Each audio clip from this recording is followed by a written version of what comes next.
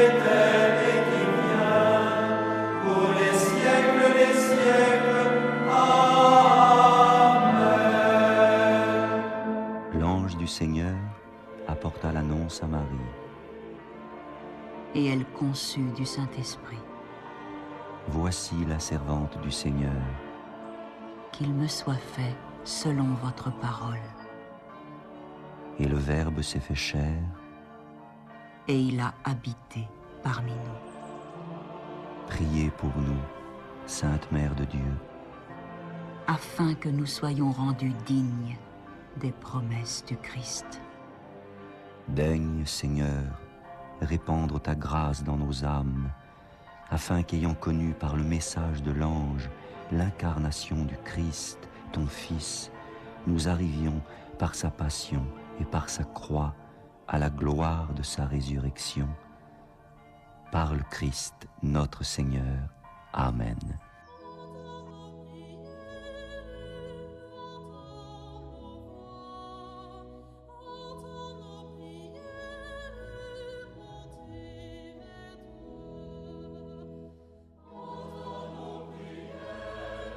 Seigneur, dans le silence de ce jour naissant, je viens te demander la paix, la sagesse, la force.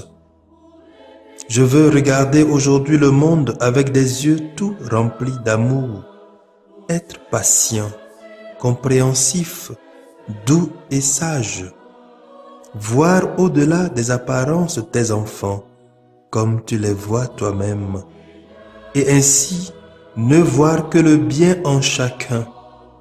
Ferme mes oreilles à toute calomnie. Garde ma langue de toute malveillance. Que seules les pensées qui bénissent demeurent en mon esprit. Que je sois si bienveillant et si joyeux que tous ceux qui m'approchent sentent ta présence. Revêts-moi de ta beauté, Seigneur, pour qu'au long de ce jour, je te révèle. Amen.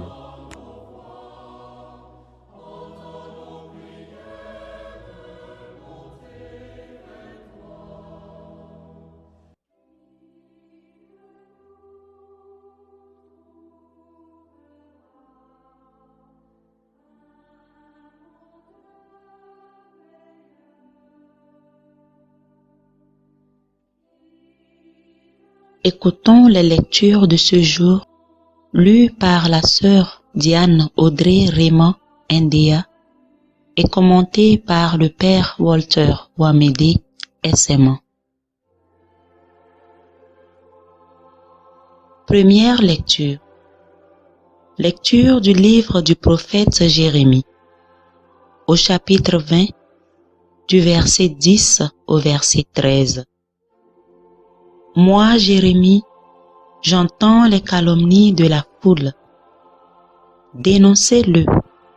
Allons le dénoncer, celui-là. L'épouvante de tous côtés. Tous mes amis guettent mes faux pas. Ils disent, peut-être se laissera-t-il séduire. Nous réussirons et nous prendrons sur lui notre revanche. Mais le Seigneur est avec moi, tel un guerrier redoutable. Mes persécuteurs trébucheront, ils ne réussiront pas. Leur défaite les couvrira de honte, d'une confusion éternelle inoubliable. Seigneur de l'univers, toi qui scrutes l'homme juste, toi qui vois les reins et les cœurs, fais-moi voir la revanche que tu leur infligeras, car c'est à toi que j'ai remis ma cause. Chantez le Seigneur, louez le Seigneur. Il a délivré le malheureux de la main des méchants. Parole du Seigneur.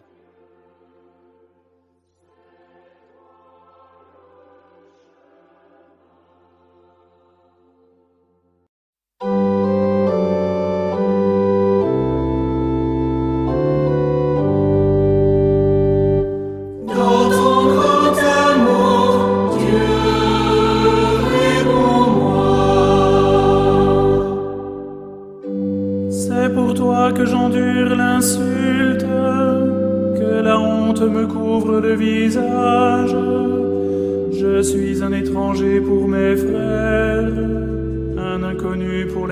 détresse de ma mère. L'amour de ta maison m'a perdu. On t'insulte et l'insulte retombe sur moi. Et moi, je te prie, Seigneur, c'est l'heure de ta grâce. Dans ton grand amour, Dieu, réponds-moi. Par ta vérité, sauve-moi. Réponds-moi, Seigneur, car il est bon ton amour. Dans ta grande tendresse, regarde-moi.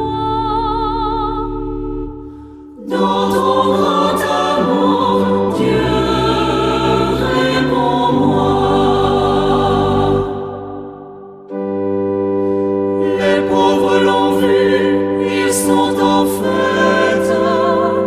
Vie et joie à vous qui cherchez Dieu, car le Seigneur écoute les humbles. Il n'oublie pas les siens emprisonnés. Que le ciel et la terre le célèbrent, les mers et tout leur peuplement. Dans ton grand amour, Dieu, réponds-moi.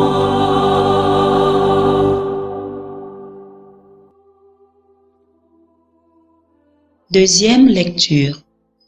Lecture de la lettre de Saint Paul apôtre aux Romains, au chapitre 5, du verset 12 au verset 15. Frères, nous savons que par un seul homme, le péché est entré dans le monde et que par le péché est venue la mort. Et ainsi, la mort est passée en tous les hommes, étant donné que tous ont péché. Avant la loi de Moïse, le péché était déjà dans le monde, mais le péché ne peut être imputé à personne tant qu'il n'y a pas de loi. Pourtant, depuis Adam jusqu'à Moïse, la mort a établi son règne même sur ceux qui n'avaient pas péché par une transgression semblable à celle d'Adam. Or, Adam préfigure celui qui devait venir. Mais il n'en va pas du don gratuit comme de la faute. En effet, si la mort a frappé la multitude par la faute d'un seul, combien plus la grâce de Dieu s'était répandue en abondance sur la multitude, cette grâce qui est donnée en un seul homme, Jésus-Christ. Parole du Seigneur.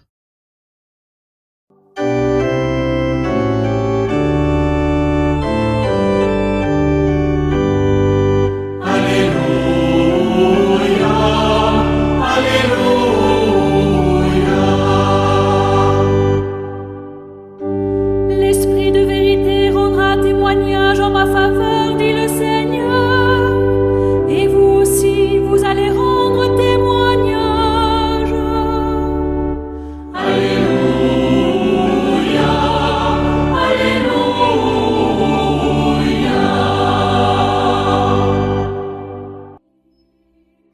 Évangile de Jésus-Christ selon saint Matthieu, au chapitre 10, du verset 26 au verset 33.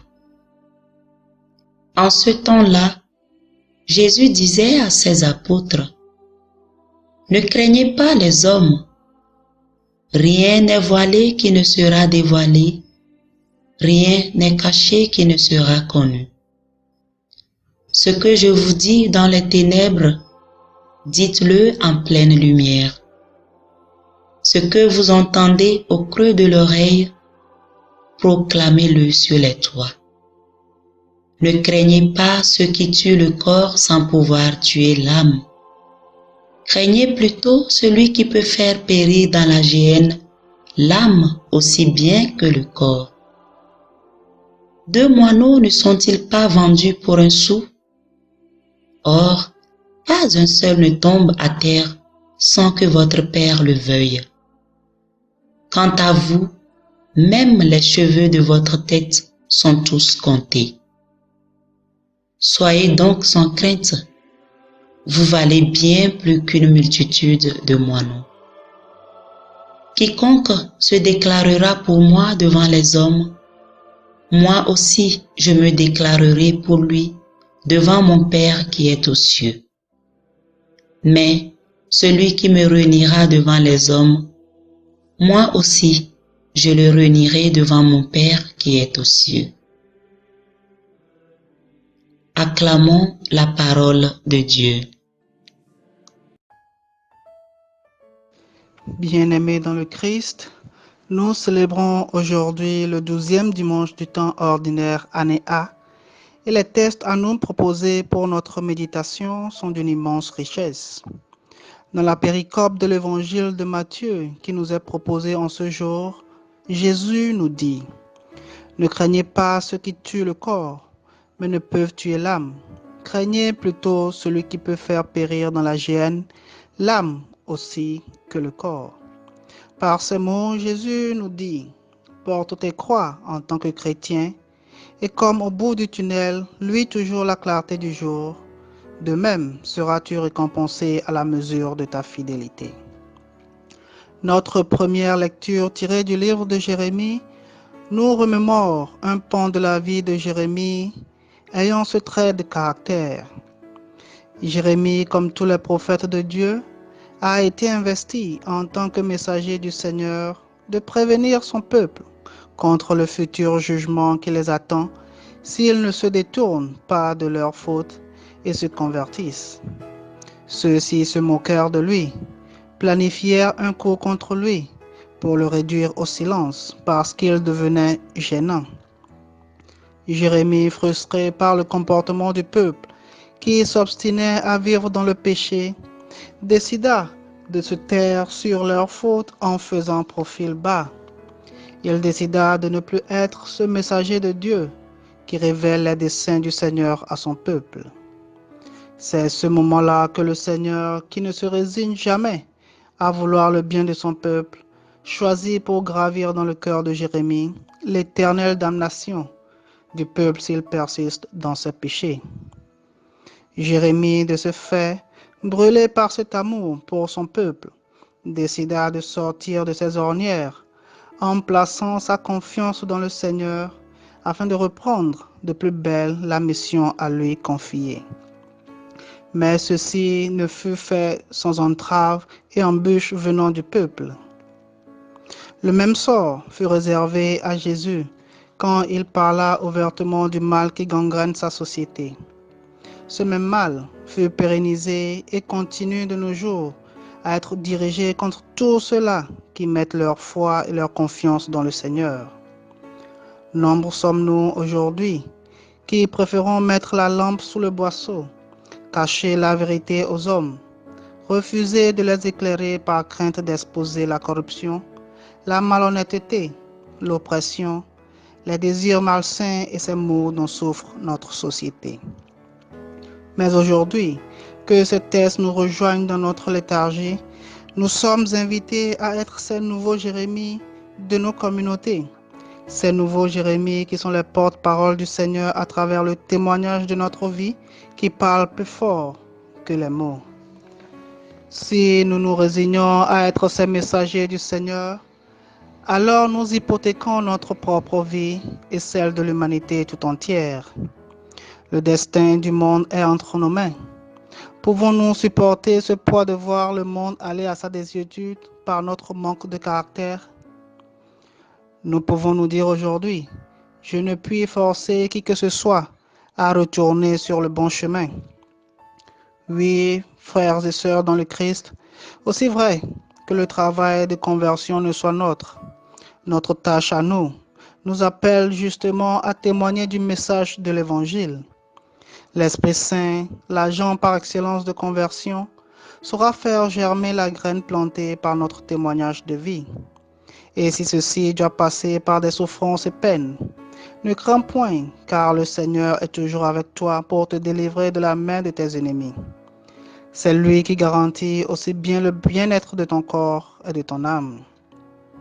Bien-aimés dans le Seigneur, La vie du chrétien est comme une plante de rose.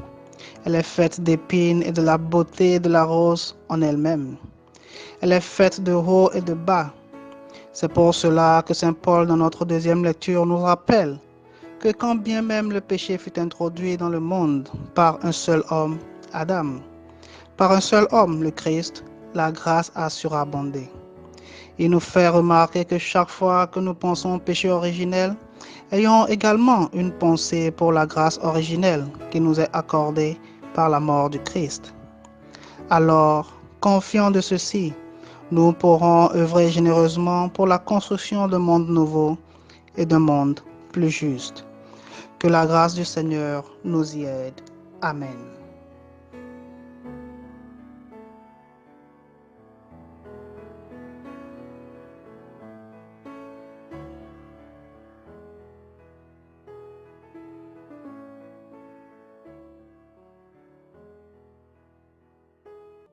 Le Seigneur soit avec vous et avec votre esprit.